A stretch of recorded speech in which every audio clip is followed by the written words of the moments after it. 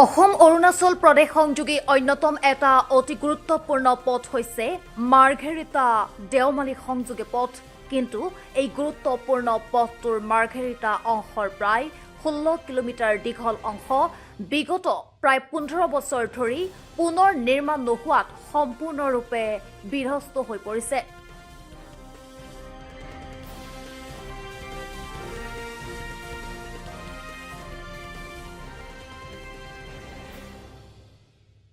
পথটোৰ এই দুৰৱস্থাৰ ফলত অসম আৰু অৰুণাচল প্ৰদেশ দুয়োখন ৰাজ্যৰ ৰাইজে দৈনিক যাতায়াতৰ সময়ত ভীষণ দুৰ্ভোগ ভুগিবলগীয়া হৈছে। বিশেষকৈ বাৰিষা কালত পথটোত দ গাঁত সৃষ্টি হৈ পানী জমা হয়, যাৰ ফলত যাতায়াত অধিক জটিল হোৱাৰ লগতে দুৰ্ঘটনাৰ আশংকাও বৃদ্ধি পাইছে।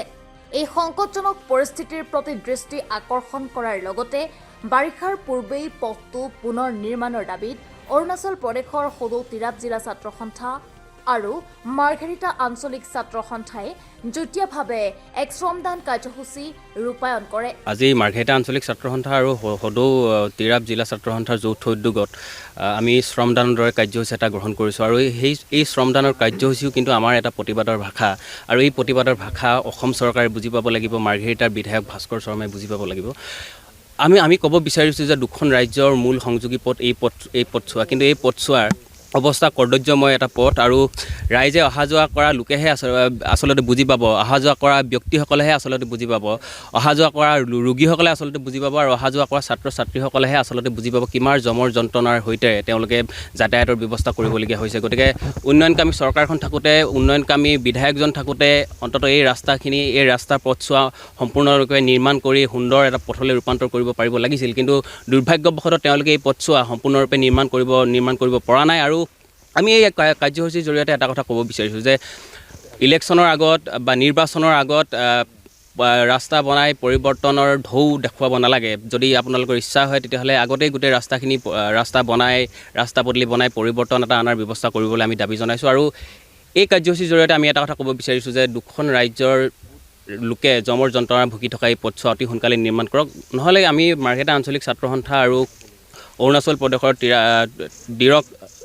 তিৰাপ জিলা ছাত্ৰ সন্থা যৌথ উদ্যোগত আমি কিন্তু প্ৰতিবাদী কাৰ্যসূচী ল'বলৈ আমি বাধ্য হ'ম। শ্ৰমদান কাৰ্যসূচীৰ জৰিয়তে ছাত্ৰ সংগঠন দুটাই এই পথৰ দুৰৱস্থাৰ বিৰুদ্ধে প্ৰতিবাদ জনোৱাৰ লগতে বিজেপি নেতৃত্বাধীন অসম চৰকাৰক শীঘ্ৰে পথটো পুনৰ নিৰ্মাণ কৰি দুয়োখন ৰাজ্যৰ ৰাইজক এক স্থায়ী সমাধান প্ৰদান কৰাৰ বাবে দাবী জনাইছে।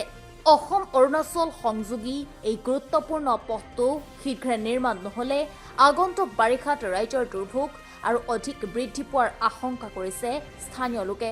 तो ये हम लोग का जो देवमाली है पड़ता है वो अरुणाचल प्रदेश पे तिरप डिस्ट्रिक्ट, और मार्घेरिटा पड़ता है असम पे।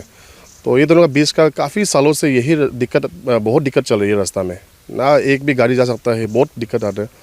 जैसे कि यहाँ पे सिर्फ व्यापारी बिजनेसमैन ही नहीं चलते, यहाँ पे जो आम जनता जैसे कि हम लोग का ये जितना भी स्कूल स्टूडेंट्स लोग हो गया, फिर मेडिकल इमरजेंसी हो गया, तो बहुत काफ़ी डिफ़िकल्टीज फेस करना पड़ता है।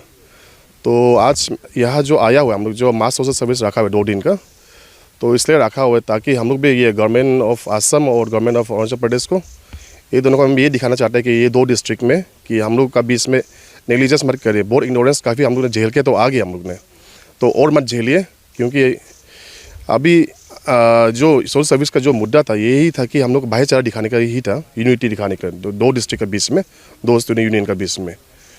और once again I would like to request and appeal the government of Assam and Arunachal Pradesh to kindly please जितना भी ये रास्ता है तो जल्दी मेंटेनेंस कर दीजिए वापस। मार्घेरिटार পৰা मिथुन बरुৱাৰ report, The Hills Time newspaper digital.